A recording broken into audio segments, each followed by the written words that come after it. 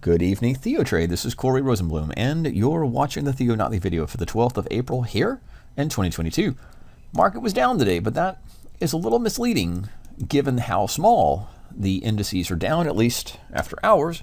When the intraday session, we'll take a quick look at that on just a 1-minute chart. That's your open. That's the session high. Everything else was down from there.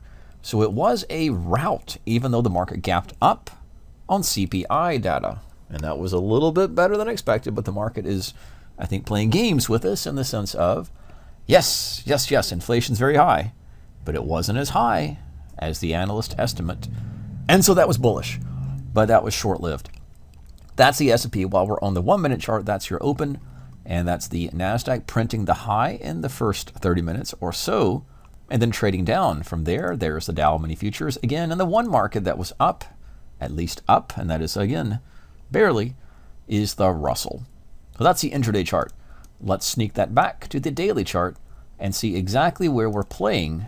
And the purpose of tonight's video is to set us up for earnings, and they're going to come in the financial sector just starting tomorrow. So let's start with the big picture and then drill down to those individual stocks that are coming up with earnings this week. Remember, Friday is a market holiday, so we'll have a couple of stocks doing earnings on Wednesday and the remainder on Thursday. The S&P does remain at the middle of the middle. What is that? If we're drawing out the most recent price action, that takes us back to the mid of 2021. So right here is 2021.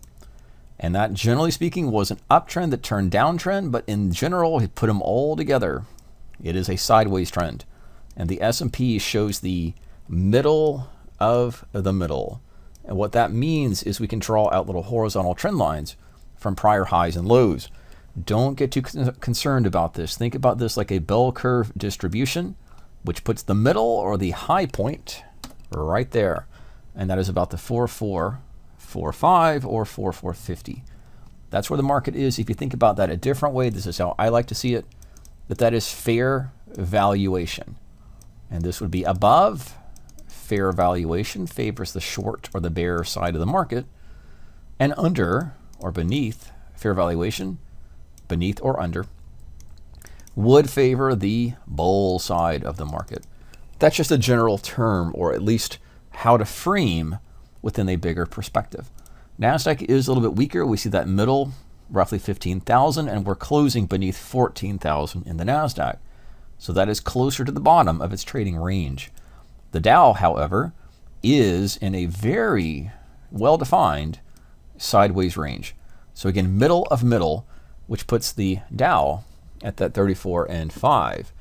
Overbought or overextended is up to 36.5, and just recently had a bounce right back to the mid. So again, that's just thinking distribution or profiles, or how this all fits together on the bigger perspective, bigger meaning about the last year. And there's a Russell. It was the first to go sideways to the better part of 2021. What is not going sideways? Crude. Crude oil is a beneficiary of the inflationary trends. Right? CPI was above expectations. That's your core price, your consumer price index. Inflation's here to stay. We know that it isn't transitory. It hasn't been transitory, but at this point, the Fed is admitting that the Fed is willing to raise rates and address the formerly transitory state of inflation. Nevertheless, that is a bullish bounce for crude or general commodities. And the other one that was stellar, although you might not trade it, would be wheat. Just taking a look at how wheat, and again, the situation in Ukraine, Russia, and some of the sanctions and other economic constraints did force those wheat prices to even further overheat in the inflationary environment. Taking it back a little bit further, we see wheat had a little stellar uptrend, and in terms of the continuous futures contract, wheat stayed relatively range-bound, right, middle of the middle, at around 420, 560, 580, about 500.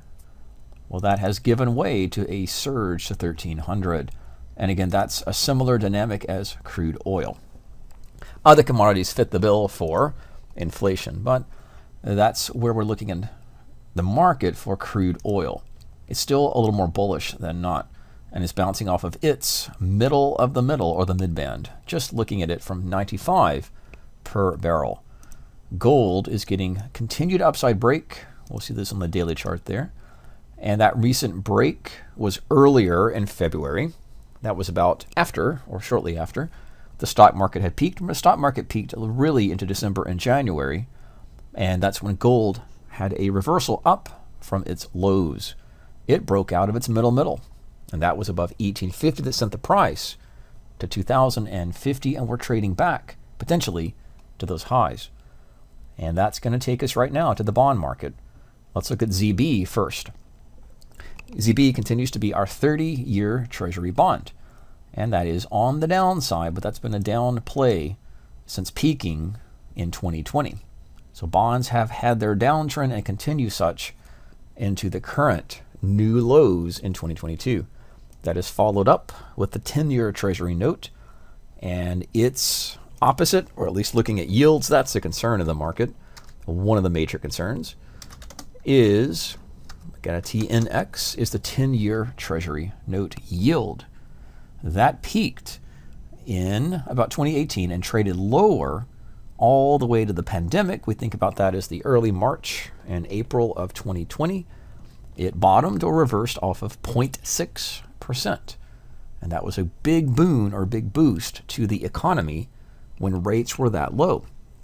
Businesses, corporations, individuals could go off and borrow at a low interest rate, and especially technology companies. But as that rate gently went up, there was time to reprice, reallocate, and prepare for a higher interest rate environment. But that gave way through 2021 and just recently 2022 of a out of control, rapid, and very difficult to price in terms of forward-looking purchases or opening up plants or anything that a company corporation might do to expand, or individuals buying houses. So that has put pressure on multiple facets of the stock market and the economy, one of which is the home builders, which, like the technology sector, has traded down from late 2021. Just to name a few, just looking quickly, XLK has traded lower. Of course, the broader QQQ is the Nasdaq ETF, and that is lower from those highs, 400 down to about 340 currently. Now that's the picture on the downside of the market there. So there's the cues in terms of what we're looking at. Implied volatility is on the rise. So that is where the market is trading at the moment within that perspective or context. Now, shifting gears to the financials. What's taking place? Let's pop this out and look at a scan. And these are other ways to scan. You can scan inside the scan tab, and this is days until earnings. So when this says a 1, that means it'll take a 1.0. That will take place. 1 is in 1 day from now. 0 means at market open. If it ever says 4.5, that's 4 days, 4 trading sessions from now. And the 5 means after the market closes. Let's focus first on BlackRock and then JP Morgan. They'll report earnings tomorrow. And on Thursday, we'll have some big financial names, as if those weren't large enough. We'll have Goldman Sachs, Morgan Stanley, Wells Fargo, Citigroup, US Bancorp, and sneaking in there under the banner, not quite a healthcare name or not quite a financial name, is UNH, United Healthcare. And then later we'll have Bank of New York Mellon, Bank of America, and then others as we get into a fresh new earnings season here in April and as we go through it into March. But first, on the big picture, let's take a look at, we'll get the daily chart on the right and the weekly on the left. There's our broader XLF trading range, very well-defined trading range. What about BlackRock? That has fallen from the highs and is downtrending. So we do have its earnings tomorrow. You can always take a look at the Analyst tab or the Analyze tab and take a look at fundamentals if you're ever curious about any particular stock. And of course, what we're most interested in here is the earnings tab. So just for time's sake, just pointing out these stocks in play and potential earnings that are coming up. And once those are behind us, we'll have a little firmer sense of the financial sector. And that may give us some additional clues about the market itself and the broader economy. BlackRock is up with JP Morgan.